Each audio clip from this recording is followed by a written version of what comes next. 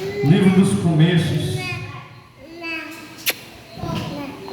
Gênesis, capítulo de número 6. É o Genésio. É o Gênesis, como diz aí.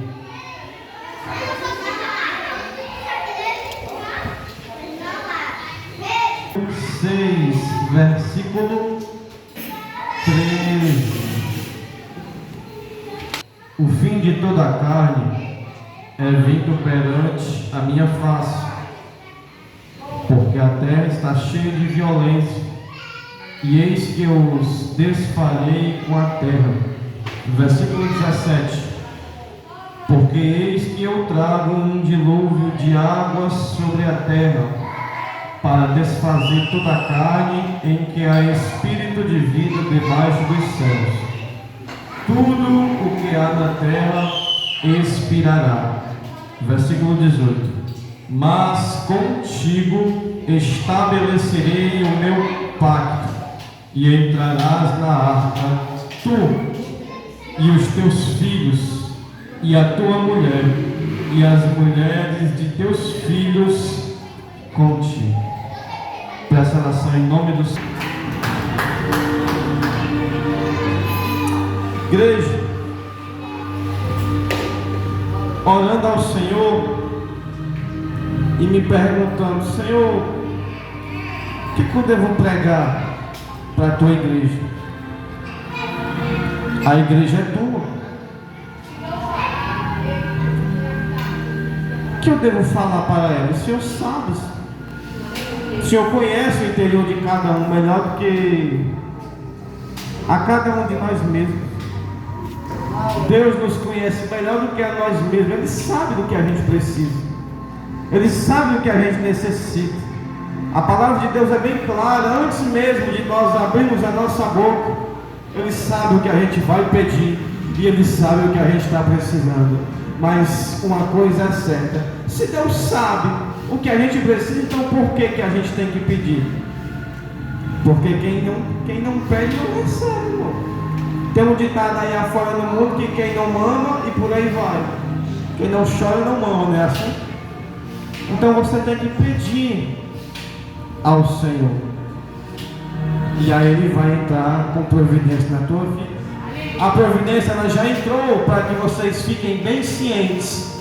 A providência ela não vai entrar agora, não vai entrar depois de amanhã, ela já entrou há mais de 2000 anos atrás, naquela cruz do Calvário. A providência divina ela já entrou na minha e na tua vida, porque nós não tínhamos salvação, mas agora a salvação ela já está comprada, ela já está paga pelo sangue do Cordeiro. Queridos irmãos, falando como nosso irmão Leonardo, queridos irmãos, esse livro de Gênesis, ele é um livro que nos dá muita base a respeito das doutrinas fundamentais do Evangelho. O Evangelho ele possui doutrinas fundamentais, como o pecado entrou no mundo, como o pecado entrou no universo, a profecia de que o menino iria nascer por meio de uma mulher. O homem, desde a sua meninice, ele já tem um coração inclinado para o pecado. Doutrinas fundamentais nós aprendemos aqui no livro de Gênesis, mas ainda alguns hoje insistem em dizer que é o Antigo Testamento. Deixe para lá. Não, irmão, não deixe para lá.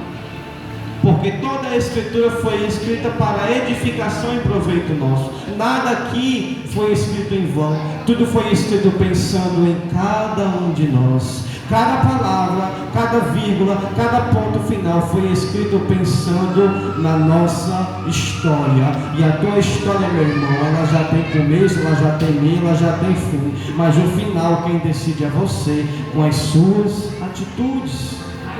Por que eu estou fazendo esse arrudeio bom? Porque a humanidade outrora teve um início, ela teve um meio, mas ela teve um ponto final. E esse ponto final ele foi decretado de acordo com a sua maneira de viver. Aqui no livro de Gênesis, no capítulo de número 5, nós vamos ver a genealogia de Sete. Quem é Sete? Sete ele foi filho de Adão.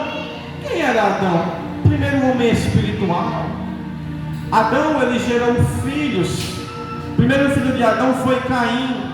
O segundo filho de Adão foi Abel. O primeiro assassinato foi cometido entre irmãos. Caim matou Abel. Mas o que foi que aconteceu? Adão teve outro filho com Eva. Ele colocou o nome desse menino de Sete. A Bíblia não nos relata muitas coisas a respeito deste menino, mas de uma coisa nós podemos ter certeza, que ele era uma pessoa temente a Deus. Agora nós temos duas linhagens diferentes, a linhagem de Caim e a linhagem de Sete. A linhagem de Caim, linhagem pecaminosa, dos homens que se inclinam para o mal, para o pecado. E nós temos também agora a linhagem de Sete, a linhagem da qual o nosso Senhor veio, nosso Senhor e Salvador Jesus Cristo. Homens que mesmo aos trancos e barrancos se inclinavam ainda para agradar ao Senhor, mesmo aos trancos e barrancos ainda buscavam adorar ao Senhor. Meus irmãos, muitos falam por aí, falam que o cair é do homem e o levantar é de Deus. O homem até cai por ele mesmo, mas Deus está disposto a levantar o homem quando o homem está disposto a ser levantado. Batendo na porta eu estou, se alguém abrir eu vou entrar. Se não abrir eu não vou entrar. Isto mostra que para você ser ajudado, você tem que querer ser ajudado. Deus não vai te ajudar se você não quiser, mas se você quiser ser ajudado, aí é que Deus entra com a providência na tua vida. A linhagem de Sete era uma linhagem de homens tementes a Deus, homens fiéis. E dentre essa linhagem de Sete, nós podemos enxergar um homem chamado Enoque. Quem foi Enoque? Enoque foi o bisavô de Noé. Vamos chegar em Noé. Enoque foi um homem temente a Deus. A Bíblia nos fala que Enoque, ele andou com Deus, gerou filhos e filhas. Mas aquele homem foi tão temente ao Senhor que o Senhor Deus o arrebatou para si. Agora pare para pensar em que tempo Enoque estava vivendo. Um tempo onde não existia pastor, um tempo onde não existia igreja, um tempo onde não existia evangelismo. Mas apesar de tudo isso, Enoque estava lá, Enoque estava fiel, Enoque estava guardando a promessa de Deus, Enoque estava vivendo aquilo que Deus estava disposto a lhe entregar. Porque apesar de ele nunca ter visto a Deus, ele acreditava nos Deus de seus pais, que era Adão e Eva. Ele acreditava que do ventre de uma mulher iria sair uma criança que iria esmagar a cabeça de Satanás. E mesmo sem pastor para aconselhar, Enoque estava caminhando fiel na presença de Deus. O homem ao seu lado dizia: vem fumar um trago. O outro lado dizia: vem ficar com uma mocinha. O outro ao seu lado dizia: vamos roubar para nós. O outro dizia ao seu lado: vamos escandalizar a tua geração. Mas Enoque permaneceu fiel e Deus o arrebatou para si. E a promessa que Jesus também nos faz é essa: que todo aquele que permanecer fiel até o fim será salvo. Enoque não provou do monstro da morte. Ele nem sequer teve medo de morrer, porque antes de sequer pensar em morrer, Deus o tomou para si. E você, meu irmão, você, minha irmã, é propriedade de Deus. Deus já te tomou para Ele, Deus já te escolheu para Ele, Deus já te separou para Ele. A tua chamada foi levantada por Deus, a tua vida ela foi levantada por Deus. O teu sofrimento é Deus te aperfeiçoando para a obra que Ele tem na tua vida. Aleluia, Deus. Enoque foi fiel, irmão. Enoque não viveu como um papagaio, não, escutando e repetindo nada. A Bíblia diz em Romanos 14 que nós temos que ter tudo bem definido. Hoje nós temos a mente de Cristo. Por que se levar por conselhos alheios? Salmo 1, verso 1: bem-aventurado o varão, mas também serve para as varoas, que não andam no conselho dos ímpios, nem se detém em caminho de pecadores, e nem se assenta em roda de escarnecedores. Mas hoje muito crente tem caído, tem escandalizado a obra, porque ao invés de se aconselhar com a Bíblia ou com o pastor, vai se aconselhar com o ímpio. Ao invés de se sentar com o irmão da igreja para ir orar, vai se sentar na roda de escarnecedor. Aí começa a escarnecer da obra de Deus e ele está lá no meio. Com qual moral ele vai pregar para alguém se ele está no meio da roda de escárnio, no meio da roda que zomba?